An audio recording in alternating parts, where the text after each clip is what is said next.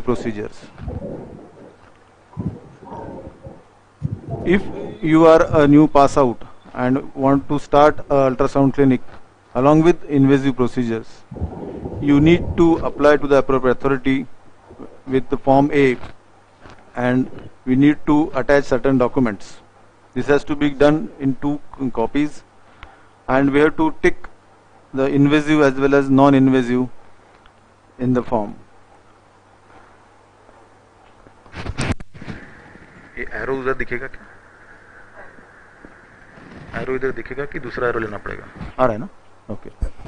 So this is the form of application, that is Form A. Here in the column number 7, you have to specify whether you are doing we will be doing invasive procedures or we will be doing only non-invasive, that is ultrasound. And in the 9 column also, you have to tick mark what procedures you would do: amniocentesis, chorionovellus aspiration, fetoscopy, fetal biopsy, chordocentesis, etc. Along with the Form A, the affidavit cum undertaking has to be given. This has to be given by the radiologist and owner also, right? So if the owner and radiologist are different, then they both have to do affidavit. If the owner and radiologist is same, single affidavit would suffice. Other supporting documents like your degree certificates, registration certificates with the medical council. And if you are a team of doctors or radiologists who are managing the center, then certificates of all of them are required, as well as their undertaking or affidavit is required. Along with this, the machine you are buying, that machine details have to be submitted, and along with that, the PCP&D certificate of the vendor, they have to be registered with the appropriate authority or state appropriate authority, and that has to be submitted. Lastly, the site plan and fees have to be given to the government. It is 25,000 for 5 years for a diagnostic center or a standalone clinic, and 35,000 with the hospital. Most of us who are practicing are already registered for doing ultrasound under the PCP&DT Act. Then how to add on the invasive procedures? You have to send application to the appropriate authority with request to add invasive in the PCP&DT certificate. As seen in the photograph below, the invasive procedures listed in the Act are amniocentesis, chorionovellus biopsy, fetoscopy, fetal skin or organ biopsy, chordocentesis, and any other. You should remember that no additional fees is required to add on to the invasive procedures as a facility at your center, and no additional forms are also required. Another important point is fetal reduction is a procedure done under ultrasound guidance, and as per the Act, it is not listed in the list. So you can apply, while applying, you can mention that you shall be doing fetal reduction also, and get that entered at the point number 6, where it is written any other, specify. At that point, you can get it entered by the authority that it is a facility center for fetal reduction also. So most of the time, all radiologists, they ask questions, how we are eligible to do invasive procedures. This is a photograph from the Act itself. As per Rule 3B, all radiologists, by virtue of their postgraduate degree or diploma, are entitled to do a invasive procedure. They do not need any additional training, nor they need any additional certificate. This, all of you should remember this. And at some places, the appropriate authority create problems while granting permission to do invasive procedures. In such cases, you can contact your local IRI chapter or state IRI in your state, or you can directly communicate with the central IRI Delhi. They will guide you in case you have problems in getting permission for the invasive procedures. So again, I am repeating, a radiologist can do all invasive procedures on the basis of his postgraduate degree and diploma, and no additional qualification or certification is required. It is required for gynecologists and any other specialist. This is a list of equipment given in the Act book. They are simple. You need ultrasound machines, you need catheters, you need needles and other equipments. Fetoscopy and other we usually don't do. So we need not have that OT setup and all that, but you should have emergency trays and other thing required as you are doing invasive procedures, and patient may have some problems at some time. Once registered, you need to display certain things in the clinic. It's the PCPNDT certificate that is issued for 5 years, and you should display it at 2 places, that is in the waiting room and in the ultrasound room. Additionally, various banners, posters, there have to be boards, they have to be prepared and displayed at 2 places. Again, it should have the PCPNDT helpline number. The central government has done put up a PCPNDT helpline number, and the formats and various matter has been usually given by the appropriate authority, and you should boldly put up those display boards. In certain states like Maharashtra, the machine registration certificate has to be given or is given, and every machine has got a unique number, and this certificate has to be displayed in the ultrasound room. Additionally, as per the Act, the clinic timing, for which time the clinic services should be open, has to be displayed, and the visit timing of all doctors who operate ultrasound machine should be displayed on a board in the waiting room. This timing is a routine visit timing or a routine timing when the doctor or the radiologist shall be available in the clinic. Many times the question is asked, then what about emergency, or what about extended hours of working? So that is always allowed. If you, for example, if you mention your timing is 10 to 5, and if you are working because of there are number of patients up to 6 to 7 p.m., nobody would ask you why you are working out of your time. Or if for example you are attending the center for emergency, then it is possible, and you can write emergency services available. So you have to write your routine visit timing on a board, and it should be displayed in the waiting room. Other degree certificates, registration certificates of all persons who are registered, whose name are included in the PCPNDT registration certificate, must be displayed in the waiting room. And lastly, the PCPNDT Act copy should be available in the ultrasound center. If somebody asks whether there is the copy is there, you should be able to give that copy to the patient or any other authority who comes for inspection. So before doing ultrasound, you need to fill up various forms. The form F, all of us know, it is for non-invasive. It is for invasive procedures also. The new form F has got 4 sections, A, B, C and D. We usually fill the section A, section B and section D for ultrasound. And for invasive procedures, we need to fill all sections A, B, C, D. We will see in the later slides. Additionally, as you are doing invasive procedures, you need to fill up the form G, that is a consent for invasive procedure. And you have to take this form G into 3 copies as such.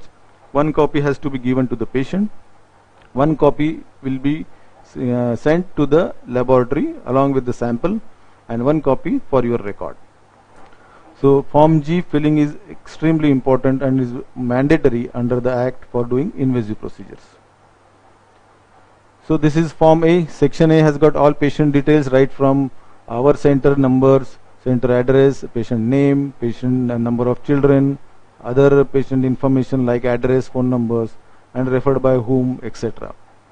There is a column section under 7B, self-referral. Please do not do self-referrals for invasive procedures. Once in a while you can do self-referrals for ultrasound, but please do not do it for invasive procedures. Always ask for a hard copy of a referral slip from the gynecologist for doing invasive procedures. This is very important. Then comes the section B, where our name of the doctor who is performing ultrasound is written. There is a list of indications, and then date, we have to put date, and result of the procedure you have to write here. Whenever you are doing a invasive procedures, you have to take this indication number 20, that is adjunct to the diagnostic and therapeutic invasive interventions such as CVS, amniocentesis, etc., etc., etc. So remember to tick this indication number 20 whenever you are doing an invasive procedure. Now coming to section C, it is written here to be filled for performing invasive procedures only.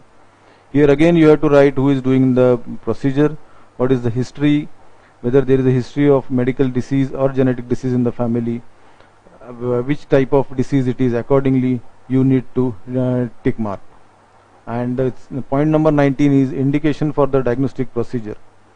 The diagnostic procedure in this there are A, B, C, D.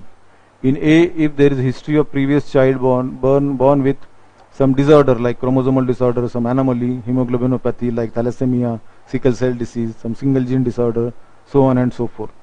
Accordingly you should tick that thing.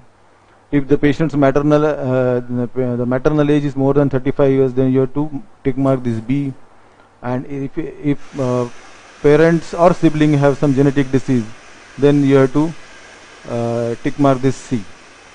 And the D others is there whenever you are doing a procedure, in case the markers are raised.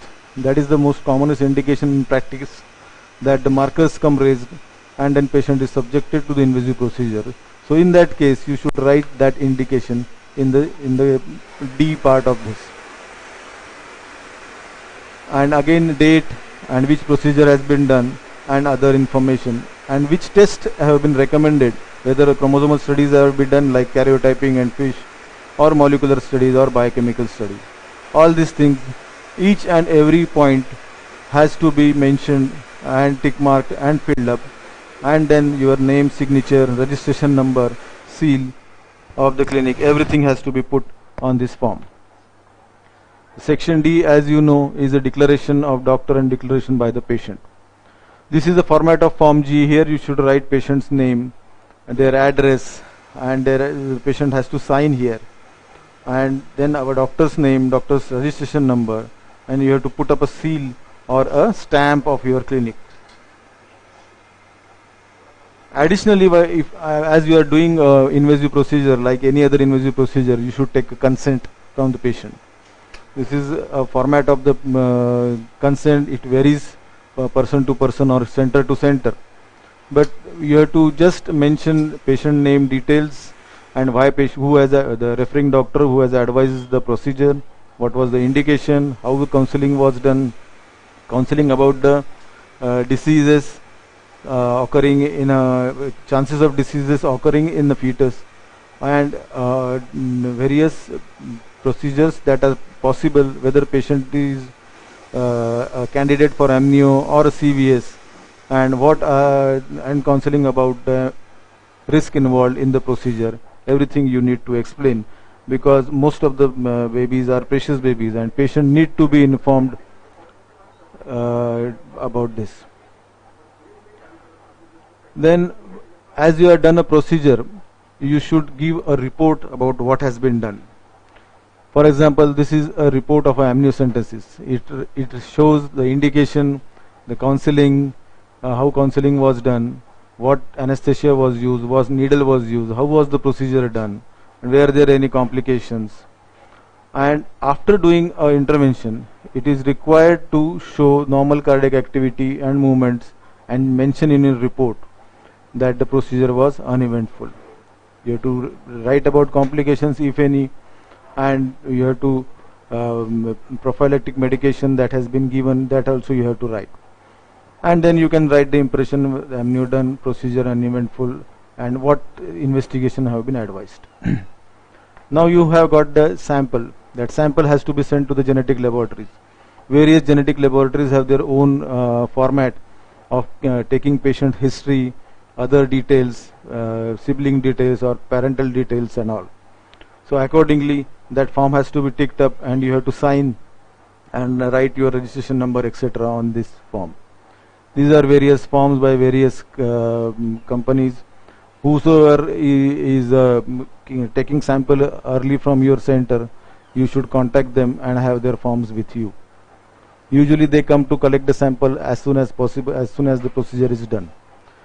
The formats is patient information, referring clinician details, what test is advised, If you have got doubts or which test to be advised in which patient, all these companies have got geneticists on their panel.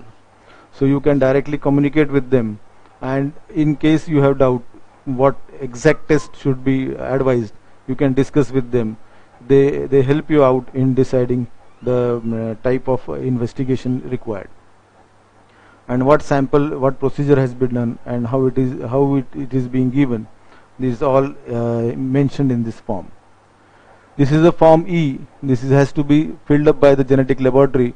This is not our concern, but every genetic laboratory will fill up this form E, for where the patient details are again taken up.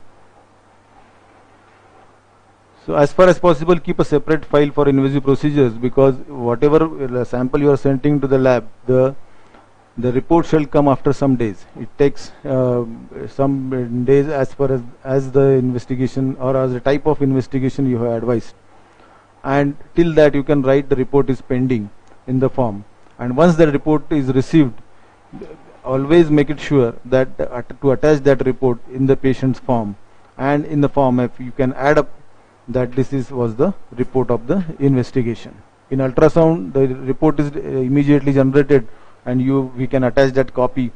But in this case, the report is generated by the genetic lab, and after that is generated, you have to attach it back with the form F and keep it with the form F.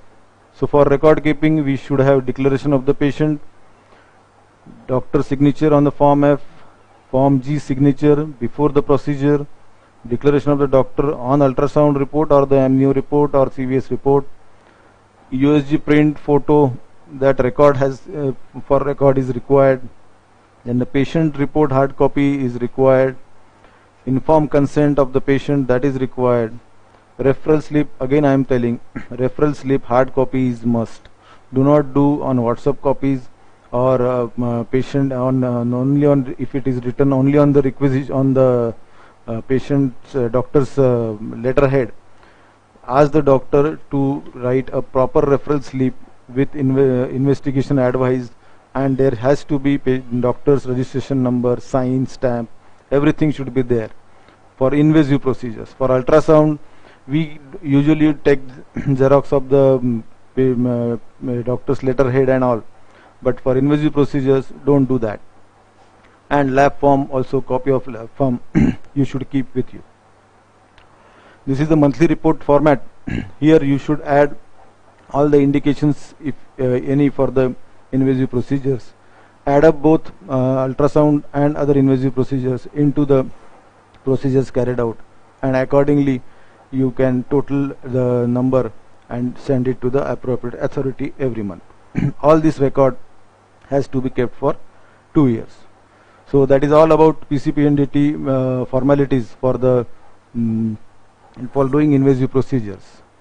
If you have any questions, the WhatsApp number has been given on the link. Please send your queries. We will answer as the queries come or at the end of the session.